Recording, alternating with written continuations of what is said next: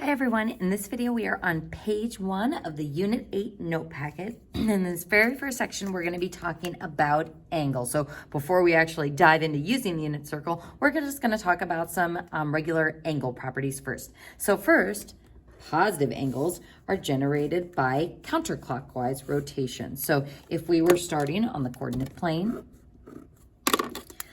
positive angles would go up and around from the x-axis or in a counterclockwise motion. Negative angles then go in the opposite direction or a clockwise rotation. So there's my coordinate plane, then that would be going down from the x-axis. Now, coterminal angles, I would put a star by this. Coterminal angles are two angles that have the same initial side and the same terminal side. Now, this is important relative to what we said with the unit circle because coterminal angles are going to have the same coordinates. So that means they'll have the same sine and cosine and tangent values. So folks, if I want to find coterminal angles, how we do that if we're dealing with degrees is by adding 360 degrees or subtracting 360 degrees. And if I am working in radians, we would add 2 pi or subtract 2 pi. So I'm essentially adding one revolution around to create a bigger angle that is in the same location as the coterminal one. Lastly, we've got the reference angle. Now, reference angles are nice because they are the smallest angle in standard position between the terminal side and the x-axis between 0 and 90 degrees or 0 and pi over 2. And I want you to put a little note by this that says reference angles are in quadrant 1. But we can think about their location in the other quadrants to figure out given trig values. So going back to our diagram one more time of the unit circle. So like this blue angle over here is 30 degrees. This blue angle over here at 150 degrees has the same reference angle of 30 degrees. It's just 30 degrees in quadrant 2. So that's going to come into play later once we start solving trig functions, but we're going to be familiarizing ourselves a lot in this chapter with figuring out what quadrant we're in and what angles we are looking for. So in this first diagram, we've got a positive angle. And I know it's positive because of that little arrow rotating towards that terminal side. Now, folks, to put on our diagram what we just talked about, a coterminal angle would be one that rotates all the way around a full 360 and then to that same coterminal side. So I essentially added a revolution of 360 and then went the extra angle amount. Next, the reference angle for this one would be this little guy over here. So it's in quadrant 2, but it is an acute angle between the x-axis and the terminal side. So positive angle, rotating counterclockwise. Now moving on to my next one, this would be a negative angle because I am rotating down from the x-axis. So if I wanted to find a coterminal angle with this one, I would make one full revolution and then end at that terminal side. So this would be a negative angle. So how I remember is that positive angles go up from the x-axis, negative angles go down from the x-axis. And this one has an itty bitty reference angle right there. So it's acute and it's relative to the x-axis. Now in this next diagram, what we will see is that if I am considering this terminal side, there is a positive angle that goes up from the x-axis and a corresponding negative angle that goes down from the x-axis.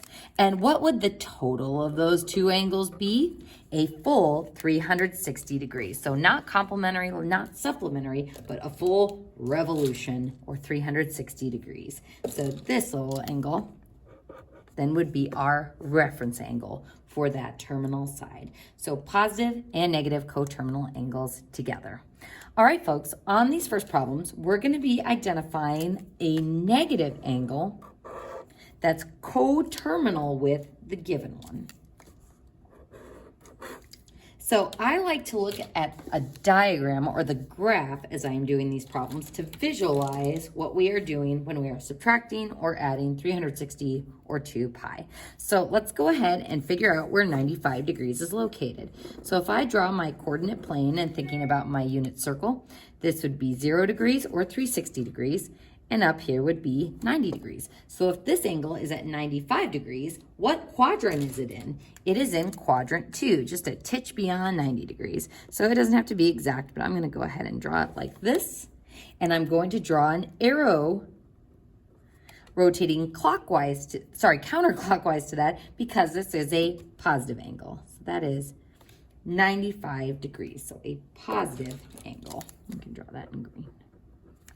Now, if I want to identify a negative angle that's coterminal with this one, that means instead of rotating up 95 degrees, I want to rotate down and hit that same terminal side.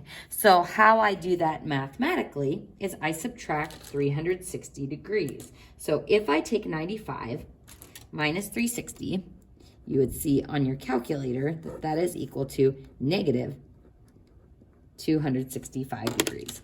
That would be a negative coterminal angle. It has the same exact side. I'm just rotating in the downward direction. Now, if I wanted to figure out that value just from my graph, I know that this angle amount is 90 degrees. This angle amount is 90 degrees.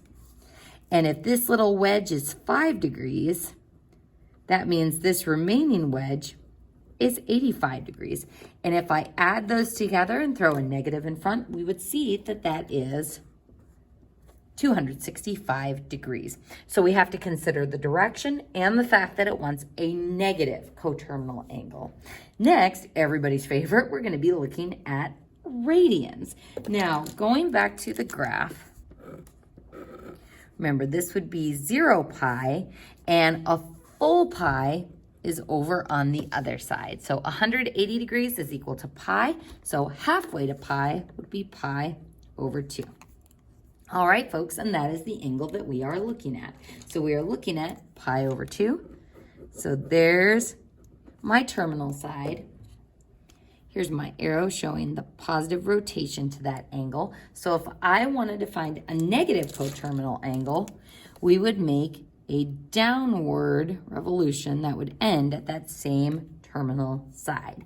So how can I figure this out? Well, some of you might be saying, oh, it's negative 90, and negative 90, and negative 270. But the problem is that is in degrees and not in radians. So part of what we'll be doing in this chapter and on my math hub and on the homework is maintaining consistent units. So if our units start in radians, we're going to keep it in radians. So instead of thinking 90 degrees, we know that 90 degrees is the same as pi over 2. So if I have a negative pi over 2 and another negative pi over 2 and another negative pi over 2, that gives me a total of negative 3 pi over 2. Now, that is how I can visualize it, but the easy way to find it is I can just subtract 2 pi from pi over 2. Now, folks, if you were going to grab your calculator here, I would advise against it because this is something that if we were doing a written test, I would expect you to do by hand. So let's talk common denominators for a second. If I have pi over 2 and I want to subtract 2 pi, currently the denominator of that 2 pi is 1. How can we give it a common denominator? We can multiply it by 2 over 2. So that gives me pi over 2, and then minus 4 pi over 2, which gives me negative 3 pi over 2. And ta-da!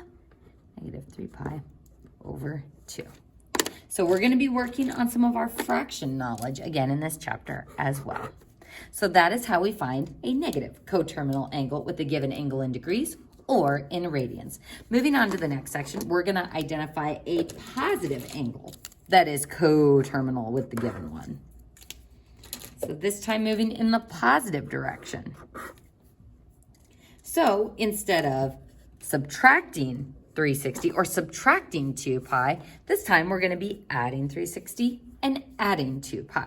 And we're going to both visualize this on our graph and think about it algebraically. So let's go ahead and start with figuring out Where is 95 degrees? Well, it is still right here. Just a titch beyond the 90-degree mark up there.